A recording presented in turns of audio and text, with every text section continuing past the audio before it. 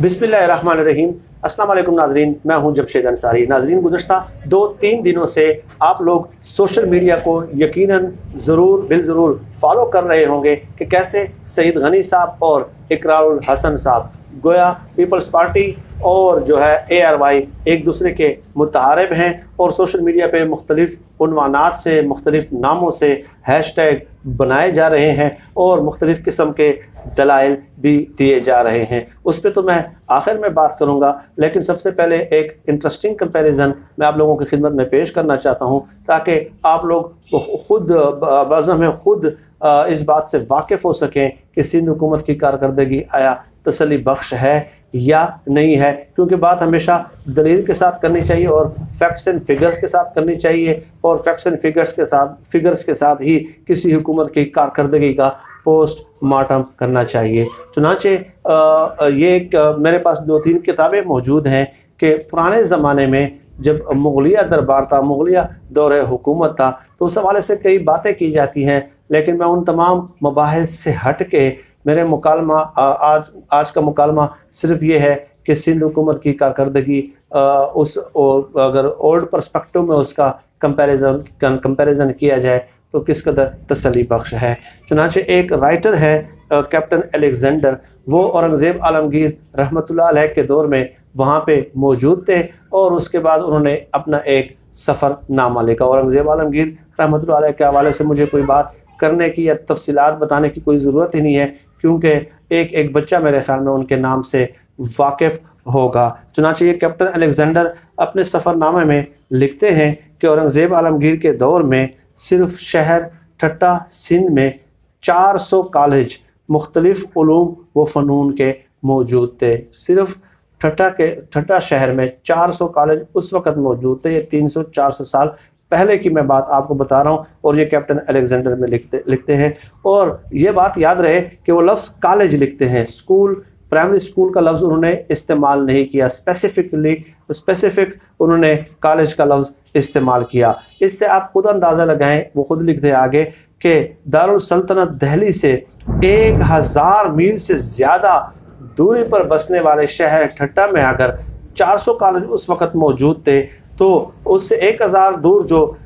दूसरे शहर मौजूद होंगे, यानी कि दिल्ली, आगरा और दीगर शहर, यानी कि जैसे यूपी, बिहार, बंगाल, उड़ीसा, मद्रास, बम्बई, सिंध, पंजाब वगैरह के बड़े शहरों के मुतालिक आप खुद कयास कर सकते हैं कि वहाँ उस वक़्त तालीमी हालत क्या होगी। इसके अलावा एक और राइटर हैं, वो मोहम्मद तुगलक मरहूम के ज़माने के हालात लिखते हैं कि उस वक़्त सिर्फ शहर दिल्ली में 1000 मदरसे मौजूद थे। और आगे चले एक मैक्स मूलर एक और राइटर हैं, वो लिखते हैं कि अंग्रेज़ी अमलदारी से कबल बंगाल में 80,000 मदरसे थे। इस तरह 400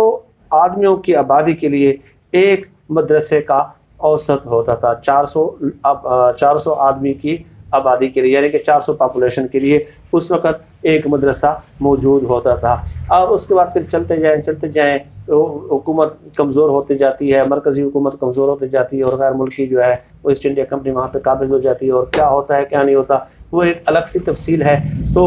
अब आज के दौर में जब मैंने चंद फैक्ट्स एंड फिगर्स मालूम करने की कोशिश की कि ठट्टा के शहर ठट्टा में टोटल कॉलेजेस कितने मौजूद हैं, तो नाजरीन टोटल स्कूल्स और कॉलेजेस दोनों मिला के, गवर्नमेंट स्कूल्स और कॉलेजेस दोनों शहर ठट्टा में आज के दौर में 598 मौजूद हैं। और इसमें आप स्कूल की तादाद भी साथ शामिल कर लें, प्राइमरी, सेकेंडरी, हायर स्कूल भी साथ शामिल कर लें, तो इस लिहाज से तो 200-250 कॉलेजेस ही आज के दौर में शहर ठट्टा में सिर्फ मौजूद होंगे। तो आज से 300-400 साल पहले वहाँ पे तालीमी हालत देख लें और आज देख लें,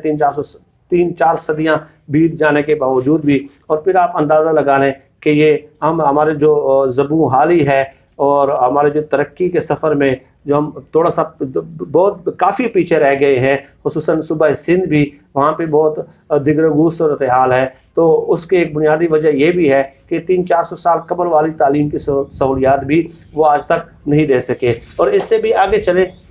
नाजरीन, एक BBC वर्ल्ड की मेरे पास, BBC न्यूज़ की मेरे पास स्टोरी मौजूद है और उस स्टोरी में वो लिखते हैं कि पाकिस्तान में बड़ी तादाद में बच्चे और बच्चियाँ सिर्फ इसलिए स्कूल नहीं जाते कि मुल्क के बहुत से स्कूलों में उन्हें बुनियादी ज़रूरियात जैसे कि पानी और टॉयलेट या बैतुल खला ही दस्तयाब नहीं है। आगे वो लिखते हैं कि सन 2013 के आम इंतखाबात के बाद सुबह पंजाब में हुकूमत बनाने वाली मुस्लिम लीग नून, सिंध की हुक्मरान जमात पाकिस्तान पीपल्स पार्टी और सुबह खैबर पख्तूनख्वा की हुक्मरान जमात पाकिस्तान तहरीक इंसाफ के अलावा बलोचिस्तान की इत्तेहादी हुकूमतों ने अपने अपने सूबे में कायम सरकारी स्कूलों में इन सहूलियात की फराहमी के लिए बड़ी रकूम मुख्तस करने के दावे और वादे किए थे। हुकूमती दावों की तस्दीक के लिए BBC ने स्कूलों और तालीम के बारे में मुल्क के चारों सूबों में होने वाले कामों का तफसीली जायज़ा लिया, जिससे मालूम हुआ कि गुज़श्ता 4 सालों में स्कूलों को बुनियादी सहूलियात की फराहमी के हवाले से सूबा सिंध में हालात बेहतर होने की बजाय बिगड़े हैं, जबकि सबसे ज़्यादा बेहतरी खैबर पख्तूनख्वा में आई है। हुकूमती आदाद शुमार पर मबनी इस तहकीक से मालूम हुआ कि सूबा पंजाब और सूबा खैबर पख्तूनख्वा में गुज़श्ता चंद सालों में स्कूलों में बुनियादी सहूलियात की फराहमी के हवाले से बेहतरी आई है, जबकि बलोचिस्तान में भी कुछ लिहाज से हालात बेहतर हुए हैं। ताहम सूबा सिंध के स्कूलों में बुनियादी सहूलियात की फराहमी में कमी आई। अब वो फैक्ट्स एंड फिगर्स देते हैं कि सूबा सिंध में 2013-2014 में जितने स्कूलों में बिजली मुयसर थी, उनकी तादाद में गुज़श्ता 4 बरसों में 18% कमी हुई। इसी तरह स्कूलों की बैरूनी दीवार के हवाले से बात की जाए तो 4 साल पहले सिंध में 27,500 स्कूलों की 4 दीवारी मौजूद थी और अब ये तादाद कम होकर 26,000 रह गई है। अब या तो सिंध हुकूमत ने आदाद शुमार जमा करने में गलती की है या फिर लोग स्कूलों से बिजली के मीटर उतार कर ले गए हैं और दीवारें तोड़ दी गई हैं। इसके अलावा अगर पीने के पानी की फराहमी या बैतुल खला मुयसर होने की बात की जाए तो वहाँ भी सिंध हुकूमत की कारकर्दगी खासी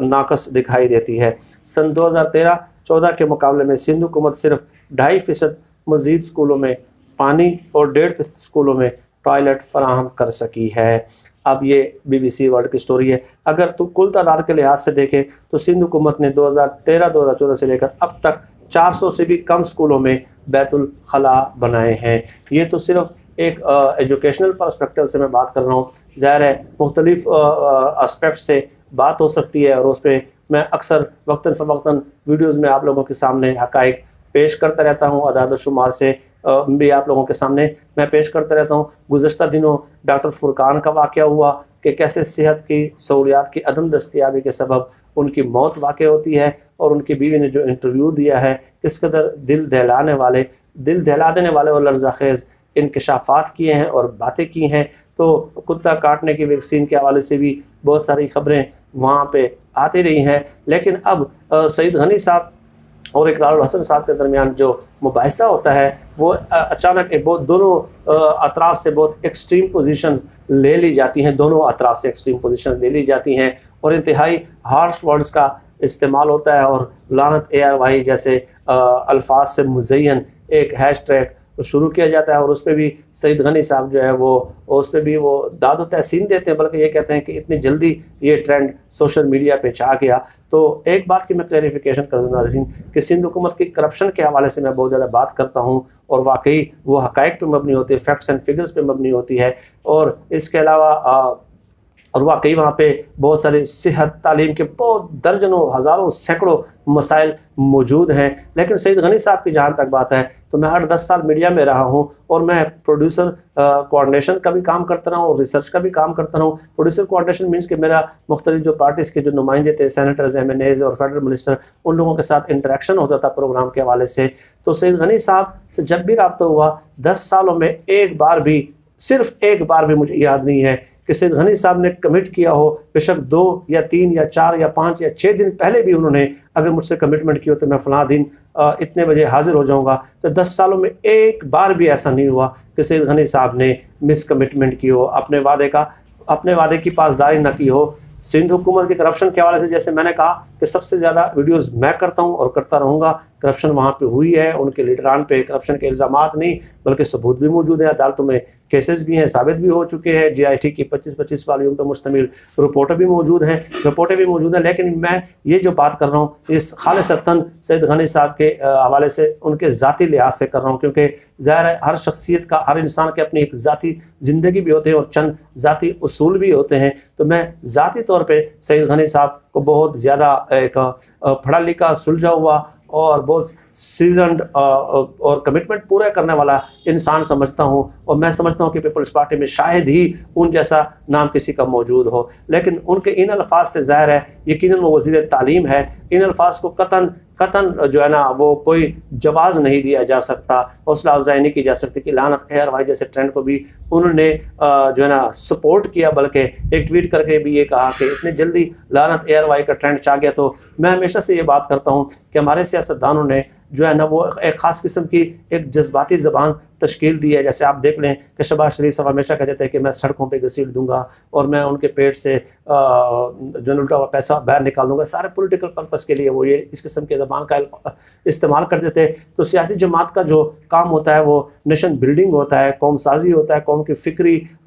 शऊरी और नज़रियाती और अकली शऊर को और अकली तरबियत करना होता है। ठीक है, दानिशवराना फ़िक्री बगावत पे उकसाना होता है, और ये सियासी जमातों का ही काम होता है। तो जब सियासी जमातों के रहनुमा और प्रोमिनेंट लीडर्स ही इस किस्म की ज़बान इस्तेमाल करने लग जाएँ कि लानत के अल्फाज को जवाब बख्शने लग जाएँ, तो ये कतन एक इसकी हौसला अफजाई नहीं की जा सकती। सईद गनी साहब का बहुत ज़्यादा एहतराम से ही, और दूसरी तरफ इकरारुल हसन साहब ने अगर कुछ गलत किया भी था अब